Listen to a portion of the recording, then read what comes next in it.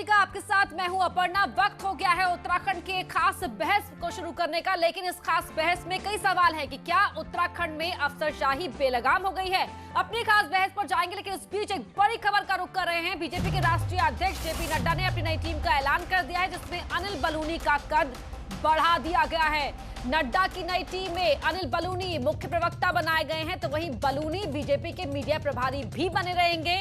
यानी कि नड्डा की टीम में अनिल बलूनी का कद बढ़ाया गया है। तो अनिल बलूनी जो नेशनल मीडिया प्रभारी तो थे ही, अब साथ ही मुख्य प्रवक्ता बनाए गए हैं। तो अनिल बलूनी का कद में इजाफा हुआ है, उनका कद बढ़ा है। जब से कैंसर की बीमारी से जंग जीत कर लौटे हैं अनिल बलूनी, लगातार यहां पर उत्तराखंड के अलग अलग मुद्दों को लेकर आवाज उठाते भी रहे हैं, पहल भी करते रहे हैं, और अब बीजेपी की नई टीम में उनका कद बढ़ा हुआ नजर आ रहा है। ये ऐलान हो गया है जेपी नड्डा ने जिस तरह से अपनी टीम का ऐलान किया, और उस टीम में अनिल बलूनी जहां राष्ट्रीय मीडिया प्रभारी तो रहेंगे ही, साथ ही मुख्य प्रवक्ता भी बनाए गए हैं। यानी कि अलग अलग विषयों पर पार्टी का पक्ष रखने के लिए अब बड़ी जिम्मेदारी अनिल बलूनी के कंधों पर रहेगी। मुख्य प्रवक्ता के तौर पर वो पार्टी का पक्ष रखेंगे, पार्टी का स्टैंड क्लियर करेंगे, और बीजेपी की नई टीम का ऐलान हो गया है। और कौन कौन से चेहरे शामिल हुए वो भी हम आपको लगातार बता रहे हैं, लेकिन उत्तराखंड के हिसाब से ये खबर बहुत बड़ी हो जाती है, क्योंकि हमने देखा उत्तराखंड के अलग अलग समस्याओं को लेकर अनिल बलूनी अपने स्तर पर पहल करते रहे हैं। चाहे फिर वो अलग अलग देशों से कोरोना काल में प्रवासियों को वापस भारत लाने की मुहिम की बात की जाए, या कोई सड़क मार्ग की बात की जाए, या इंफ्रास्ट्रक्चर से जुड़ी हुई कोई समस्या जो उत्तराखंड की है, उनको हर तरह से अपने स्तर पर आवाज देने का काम अनिल बलूनी करते रहे हैं। समस्याओं का समाधान वो दिलाते रहे हैं। तो अब जेपी नड्डा की नई टीम का ऐलान हो गया है, और इस नई टीम में अनिल बलूनी का कद बरकरार है। बीजेपी के मीडिया प्रभारी भी अनिल बलूनी बने रहेंगे, और साथ ही मुख्य प्रवक्ता के तौर पर भी वो पार्टी का पक्ष रखेंगे। मंत्रियों की मानते नहीं, विधायकों की सुनते नहीं, अफसरों की बेलगाम आजादी। तो क्या उत्तराखंड में अधिकारी मंत्रियों की सुनते नहीं, मंत्री को मंत्री नहीं मानते? क्या अधिकारी विधायक को विधायक नहीं मानते? ये सवाल इसलिए क्योंकि उत्तराखंड में अधिकारियों की बेलगामी एक बार फिर चर्चा में है। यहां तक कि मंत्री रेखा आर्य को तो इसके लिए पुलिस के पास तक जाना पड़ा, क्योंकि रेखा आर्य के विभागीय सचिव ने ना तो मंत्री का फोन उठाने की जहमत की और ना ही कॉल बैक किया, बल्कि बाद में अपने फोन को स्विच ऑफ तक कर दिया, जिसके बाद रेखा आर्य ने सचिव की गुमशुदगी की रिपोर्ट लिखा दी। इतना ही नहीं, राज्य सरकार में ही दूसरे मंत्री सतपाल महाराज तो सचिवों की सीआर यानी कि कॉन्फिडेंशियल रिपोर्ट को मंत्री के हवाले करने की मांग तक करने लगे हैं। यानी मंत्री मानने लगे हैं कि अफसर बेलगाम हैं। सत्ताधारी पार्टी के प्रदेश अध्यक्ष और पहले मंत्री भी रह चुके बंशीधर भगत भी सतपाल की बात का समर्थन करते हैं, यानी वो भी अफसरशाही के भुक्तभोगी रहे हैं। आगे देखिए, विपक्षी दल तो यूं तो हर मुद्दे पर विरोध करता ही है, लेकिन इस मुद्दे पर मंत्रियों के साथ खड़ा है। खुद मंत्री रह चुके और अभी कांग्रेस के प्रदेश अध्यक्ष प्रीतम सिंह ने भी अफसरों की बेलगाम आजादी पर सवाल उठाए हैं। यानी कि प्रदेश में अफसरों पर मंत्रियों का जोर नहीं चलता। आखिर क्यों अधिकारी मंत्रियों को मंत्री और विधायकों को विधायक नहीं मानते? इसी पर करेंगे बड़ी बहस, लेकिन पहले देखिए कि मंत्रियों नेताओं का इस पर क्या कहना है। रेखा आर्य जी बड़ी रिस्पॉन्सिबल मंत्री हैं और बड़ी मैं समझता हूँ सम्मानित मंत्री हैं, तो उनकी जो बात है वो सुनी जानी चाहिए। और इस समय जो मंत्री है वो सेक्रेटरी की सीआर लिखे तभी जो है आपका जो सेक्रेटरीज हैं ये मंत्री की सुनेंगे। तो इसमें बहुत ज़रूरी है कि जैसे और राज्यों के अंदर, और जिस भी राज्य को आप ले लीजिए वहाँ पर मंत्री सीआर लिखता है। केवल उत्तराखंड राज्य में ही ऐसी परिपाटी चला रखी है, पहले यहाँ लिखते थे, अब नहीं लिखते हैं। देखिए, वैसे तो अधिकारियों की सीआर लिखने का मंत्रियों को अधिकार होता है, ऐसा मेरी जानकारी में है, लेकिन फाइलें नहीं आती होंगी, कुछ बात रहती होगी। तो मेरा भी मानना है कि अगर वो फाइल आती है और सीआर लिखने का अधिकार मंत्री को मिलेगा तो उसके अच्छे परिणाम आएंगे। पहले से ही ये व्यवस्था है कि जो विभागीय सचिव होंगे उनकी सीआर जो है मंत्री लिखने का काम करते हैं। लेकिन प्रश्न सीआर लिखने का नहीं है, क्या सीआर के माध्यम से ही जो है व्यवस्थाएं दुरुस्त की जा सकती है? सीआर अगर लिखेंगे तभी जो है सरकार और शासन में समन्वय स्थापित होगा। सरकार के एक और मंत्री सुबोध उनियाल ने भी मंत्रियों के रवैये पर सवाल उठाए हैं और कहा है कि सीआर फाइल मुख्यमंत्री के पास जाने से पहले विभागीय मंत्रियों के पास जरूर जाए। विभागीय मंत्री अपने सचिव की सीआर लिखता है और उसके बाद उसमें मुख्यमंत्री जी पे सीआर पहुंचती है। मुख्यमंत्री को अधिकार है कि वो किसी भी सीआर को स्पंद कर सकता है और अपनी सीआर दे सकते हैं। दुर्भाग्य से इस परंपरा का निर्वहन नहीं हो रहा है। अफसरशाही घोड़ा है और मंत्री घुड़सवार है। ये घुड़सवार को इतना जानकारी होनी चाहिए कि घोड़े को किस तरह से उसकी सवारी करनी है। और हमारे साथ एक खास गेस्ट पैनल जुड़ चुका है। हरीश रावत उत्तराखंड के मुख्यमंत्री रह चुके हैं, कांग्रेस के वरिष्ठ नेता है, वो हमारे साथ जुड़ गए हैं। मुन्ना सिंह चौहान है, बीजेपी के वरिष्ठ विधायक हैं। एसएस पांगती हैं, रिटायर्ड आईएएस ऑफिसर हैं, वो भी हमारे साथ जुड़ गए हैं। आप सभी का बहुत बहुत स्वागत है। हरीश रावत जी, सबसे पहला सवाल आपसे ही है, क्योंकि आप वरिष्ठ नेता हैं, कांग्रेस के ही नहीं बल्कि दूसरी पार्टियों के नेता भी आपसे मार्गदर्शन लेते रहे हैं और सरकार भी चला चुके हैं आप उत्तराखंड में। क्या ऐसी स्थिति क्यों हो बन जाती है कि चाहे सत्ता पक्ष में कोई भी पार्टी बैठे, लेकिन इस तरह के विवाद अक्सर सामने आते हैं?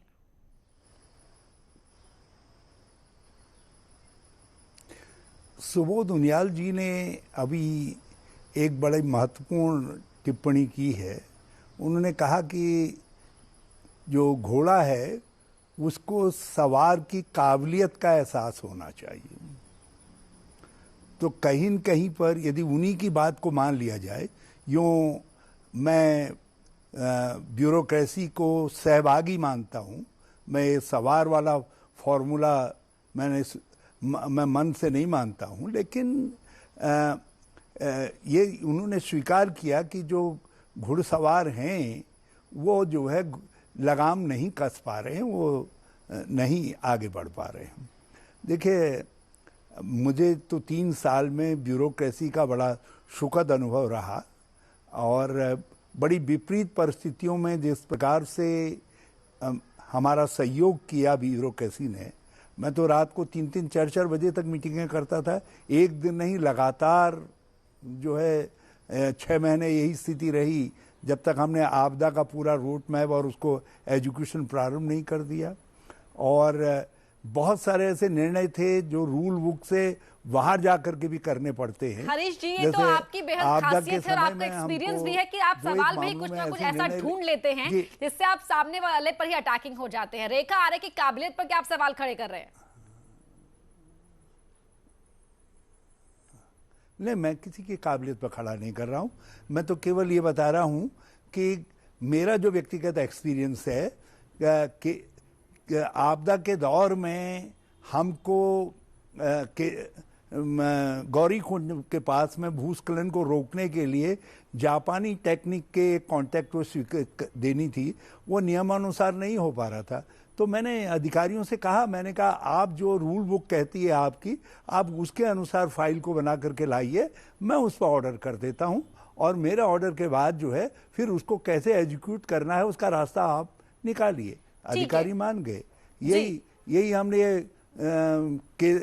यही कोटद्वार चिल्लर खाल, एक सेकंड सुन लीजिए, मोटर मार्ग के संदर्भ में भी किया और हमने वन विभाग सबको बिठाया। उन्होंने कहा साहब इसको इस तरीके से आप आदेश कर दीजिए तो हमें कोई दिक्कत नहीं होगी, हमें अपने को बचाना है ताकि हम वन अधिनियम के दायरे में। माफी चाहूंगी कि आपको रोक रही हूँ, समय थोड़ा कम ही है इस विषय पर बात करने के लिए। मुन्ना सिंह चौहान जी को भी शामिल कर लेते हैं। मुन्ना सिंह चौहान जी को भी शामिल कर लेते हैं। एक मिनट, मुन्ना सिंह चौहान जी, ताली दोनों हाथों से बजती है, कुछ ये कहना चाह रहे हैं हरीश रावत?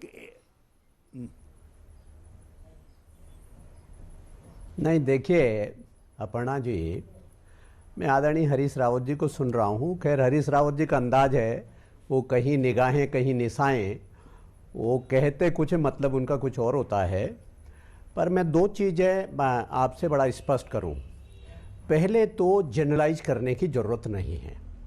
प्रदेश के अंदर बहुत सारे ऐसे अधिकारी हैं, बहुतायात ऐसे अधिकारी हैं जो हाईएस्ट डेमोक्रेटिक नॉर्म्स को फॉलो करते हैं, मंत्रियों को बहुत अनुशासन के साथ रिपोर्ट करते हैं, ऑर्डर्स की कंप्लायंस करते हैं। हाँ, अधिकारी का मतलब कोई भी नोट ऑफ डिसेंट वो करने का अधिकार है, असहमति व्यक्त करने का अधिकार है और उसकी प्रक्रिया है। यदि असहमति का अधिकार होगा तो मुख्यमंत्री जी तक जाता है और कई बार कैबिनेट तक विमर्श के लिए जाता है। वो एक प्रक्रिया है, वो एक हेल्दी डेमोक्रेटिक ट्रेडिशन है।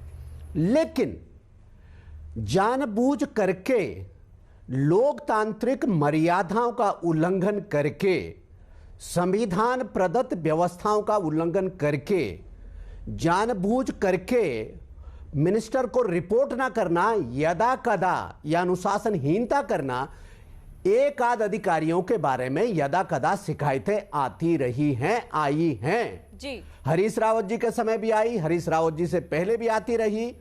और हरीश रावत जी को तो मैं स्मरण कराना चाहूंगा, हरीश रावत जी की सरकार में ही था कि विधायक लोग गैंग बना करके गए, समूह बना करके गए और एक प्रमुख सचिव की मेज उलट दी, क्योंकि उनका आरोप था कि उनकी नहीं सुन रहे हैं। तो इसलिए हरीश रावत जी तो ये ना ही बोले तो बेहतर है। लेकिन त्रिवेंद्र सिंह रावत जी के सरकार में मैं आपको कह रहा हूं, मैं मुख्य प्रवक्ता हूं भारतीय जनता पार्टी का, विधायक बाद में हूं, और एफआईआर तक उन्होंने दर्ज करवा दी अपने अपर सचिव के खिलाफ जाकर कि वो गायब हैं।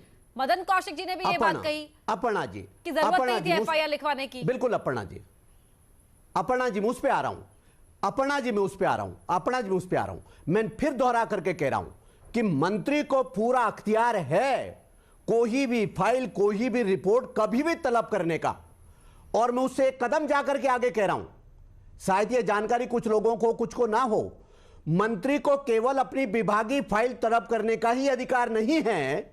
संविधान के अनुच्छेद 164 जो कलेक्टिव रिस्पॉन्सिबिलिटी का सिद्धांत है, वो ये भी कहता है, जो सचिवालय के रूल्स ऑफ बिजनेस है, जिस रूल बुक की बात हरीश रावत जी ने की, कि मंत्री दूसरे मंत्री के विभागों के बारे में भी पत्रावली को तलब कर सकते हैं, उसका अवलोकन कर सकते हैं, लेकिन हां उस पर निर्णय नहीं कर सकते, उसमें टिप्पणी नहीं कर सकते, लेकिन अवलोकन करने के लिए पत्रावली उनकी भी तलब कर सकते हैं।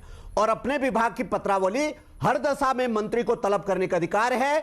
जिस अधिकारी ने इस मर्यादा का उल्लंघन किया, जानबूझकर उल्लंघन किया, निश्चित रूप से उसने अनुशासनहीनता की। ऐसे अधिकारी के खिलाफ निश्चित रूप से नियमों के तहत, आचरण नियमावली के तहत, सर्विस कंडक्ट रूल्स के तहत, रूल्स ऑफ बिजनेस के तहत वो सब कार्रवाई होनी चाहिए। और माननीय मुख्यमंत्री जी ने उसमें जांच के आदेश दे दिए। ठीक है, जो पास्ट एक्सपीरियंसेस का आपने जिक्र किया है, यहाँ पर हरीश रावत काल में क्या कुछ हुआ था उनका भी जवाब मैं लूंगी, लेकिन यहाँ पर एसएस पांगती साहब भी हमारे साथ जुड़े हुए हैं, रिटायर्ड आईएएस ऑफिसर हैं। पांगती जी, क्यों ऐसा होता है, नई नई कोई स्टेट बनती है, कोऑर्डिनेशन से ही पूरा काम चलता है, अधिकारी मंत्रियों की नहीं सुनते हैं, अधिकारी विधायकों की बैठक में तो पहुंचते ही नहीं है, ऐसा पावर टसल क्यों हो जाता है? इसमें जो वर्तमान जो स्थिति है जी, उसमें ये चीज़ ध्यान देने की बात है कि जो विधायक मंत्री बन जाते हैं, मुख्यमंत्री बन जाते हैं, वो कार्यपालिका के अंग होते हैं। विधायकों का, मंत्रियों का दो प्रकार का दायित्व होता है। एक तो विधायिका का वो अंग है, विधायिका के जब काम करेंगे तो विधायिका का काम करेंगे वो, लेकिन जैसे वो मंत्रिपरिषद में शामिल हो जाते हैं तो वो कार्यपालिका के भी अंग हो जाते हैं। अभी हाल में हिंदू में जो पूर्व मुख्य न्यायाधीश सुप्रीम कोर्ट के एपी शाह का जो उनका स्टेटमेंट जो जारी हुआ है, हिंदू में जो छपा है, सिविल सोसाइटी के सामने जो उन्होंने कहा है कि वर्तमान में जो उनका हेडिंग था, निर्वाचित ये ऑटोक्रेसी शुरू हो गई है यहाँ, इलेक्टेड ऑटोक्रेसी हो चुकी है। जो निर्वाचित हैं, जब निर्वाचित हैं तो वो विधायिका के अंग हैं, लेकिन क्योंकि मंत्रिपरिषद में आते ही वो कार्यपालिका के भी अंग हो जाते हैं, तो वो जो मर्जी आ रहा वो काम कर रहे हैं। बहुत सारे उन्होंने उदाहरण दे रखा है कि बहुत सारे कानून पास हो गए, बहुत सारे संसद की जो कार्यकारिणी जो कार्य का नियम है उसका भी उल्लंघन हुआ है। इस तरह से बिना संसद के, बिना विधानसभा के अनुमति के बहुत सारे निर्णय लिए जा रहे हैं। विधानसभा को या पार्लियामेंट को भी कंसल्ट नहीं किया जा रहा है। और एक यानी कि आप ये कह रहे हैं कि जो अधिकारी तो हैं वो तो पूरा रूल बुक का पालन करते हैं, लेकिन ये नेता विधायक से मंत्री बन जाते हैं, वो कहीं ना कहीं नियमों की अनदेखी करते हैं। कार्यपालिका का अंग जो नौकरशाह है, कार्यपालिका के अंग है, वो देख रहे हैं। जो ऊपर से कार्यपालिका उनका जो तानाशाही उन्होंने शुरू कर दी है। जस्टिस शाह ने यही कहा है, निर्वाचित तानाशाह का जो प्रचलन चल गया है, तो उसमें जो कार्यपालिका के जो नौकरशाह हैं वो भी नेचुरली होता है कि जो देश का प्रदेश का जो नेतृत्व जो करता है उसका अनुकरण सभी करते हैं। तो ये मुझे लगता है कि ये जो कार्यशैली चल पड़ी है नौकरशाहों में, तो वो एक दुर्भाग्यपूर्ण है। लोकतंत्र के जो स्तंभ है उसका जो दायित्व वो पूरा नहीं कर रहे हैं, जिससे कि कार्यपालिका का दायित्व निर्धारित करना बहुत मुश्किल हो गया है, क्योंकि वो स्वयं निरंकुश हो गया है। आपका कार्यपालिका विधायिका के जो लोग कार्यपालिका में आ जाते हैं वो निरंकुश हो गए हैं, वो लोकतंत्र के मर्यादा का उल्लंघन स्वयं कर रहे हैं। तो इसलिए वो जो कार्य की संस्कृति विकसित होते होते यहाँ तक होता है, जो बहुत दुर्भाग्यपूर्ण है। ऐसा हो गया कि रेसिप्रोकेशन में तानाशाही के बदले तानाशाही ही मिल रही है। हरीश रावत जी, आपने घोड़सवार की बात कर दी, तो यहाँ पर मुन्ना सिंह चौहान जी ने तो मेज पलटने का प्रकरण याद दिला दिया। मैं मुन्ना जी का निशाना जहां है वो तो सारे राज्य को मालूम है, लेकिन इनके निशाने का बोर्ड जो है वो इधर उधर खिसकता जा रहा है, तो मेरी सहानुभूति इनके साथ है। ये जिस प्रकरण का जिक्र किया गया है वो ऐसा कोई प्रकरण मेरे कार्यकाल में नहीं हुआ, और मेरे सामने ब्यूरोक्रेसी का इतना हेल्पलेस चित्रण, इतना असहाय चित्रण कभी सामने भी नहीं आया। और बड़ी सहयोगी की भूमिका में ब्यूरोक्रेसी रही। 2-4 एक्सपीरियंस कहीं पर आते हैं, कभी नए अफसर आते हैं, उनके साथ उनको बताना पड़ता है। असल में देखिए, जब तक मंत्रीगण फ्रंट से लीड नहीं करेंगे, मुख्यमंत्री फ्रंट से लीड नहीं करेंगे, तो हमेशा इस तरीके के सवालात उठेंगे। और मगर फ्रंट से लीड करने का अर्थ ये नहीं है कि आप अधिकारी की भावना को न समझिए। अब इस प्रकरण में जो समाचार पत्रों में छपा है आधा अधूरा, उसमें ये लगता है कि जो निदेशक हैं वो जो L1 है उसको काम दे रहे हैं, उन्होंने उसको टेंडर अवार्ड कर दिया है, और मंत्री महोदय उस बात से नाराज हैं। अब प्रक्रिया यही है, L1 को देने की प्रक्रिया रही है। यदि उसको बदलना है तो सचिव से बातचीत करके, मीटिंग करके मंत्री उसको बदल सकती हैं, लेकिन उसके लिए पुलिस में रिपोर्ट करवाना कि आप मेरे अधिकारी को पकड़ करके लाइए, ये पूरी ब्यूरोक्रेसी का भी और पूरी सरकार का अपमान है। और उस पर जले में नमक डालने का एक सेकंड जी हरीश रावत जी अपर्णा जी एक मिनट, एक बात पूरी कर लेने दीजिए, पूरी कर लेने दीजिए। आपकी बात इससे ज्यादा प्रभावी होगी यदि हम लोग अपनी बात पूरी कर लेंगे। देखिए, जिसमें जले में नमक पड़ने का काम तब हुआ जब मुख्यमंत्री जी ने एक अधिकारी को जांच सौंप दी, कहा जांच करके बताओ। अब मंत्री की जांच अधिकारी क्या करेंगे? और आज मंत्री ने कह दिया कि एक ब्यूरोक्रेट तो ब्यूरोक्रेट का एक साथ देगा, मेरे साथ न्याय ही नहीं कर पाएगा। मतलब मंत्री इतनी दयनीय दिखाई दे रही है कि उनको ब्यूरोक्रेट से न्याय की आशा ही नहीं है। तो ये आज देखिए, मुन्ना सिंह चौहान जी, इसी में एक बात और कंट्रोवर्सी आज जहां पहुंच गई है, वक्त रहते ही समझदारी के साथ अगर पहले ही सुलझा ली जाती। जी अपर्णा जी देखिए, माननीय मंत्री जी ने कहीं ये नहीं कहा कि किसको ठेका अवार्ड होना चाहिए। माननीय मंत्री जी के पास कोई शिकायत आई तो माननीय मंत्री जी क्या करेंगे? माननीय मंत्री जी यही कहेंगे फाइल भेजिए भैया, जरा मैं देख लेती हूं इसमें कौन सा गलत है, उनके अधिकार क्षेत्र में है। नंबर एक बात। दूसरी बात, जहां तक मुख्यमंत्री जी ने उचित किया, एक आईएएस अधिकारी के बारे में शिकायत, जूनियर आईएएस अधिकारी के बारे में, जूनियर आईएएस अधिकारी के बारे में जांच यदि एसीएस कर रहा है, एडिशनल चीफ सेक्रेटरी कर रहा है, तो ठीक तो कर रहे हैं।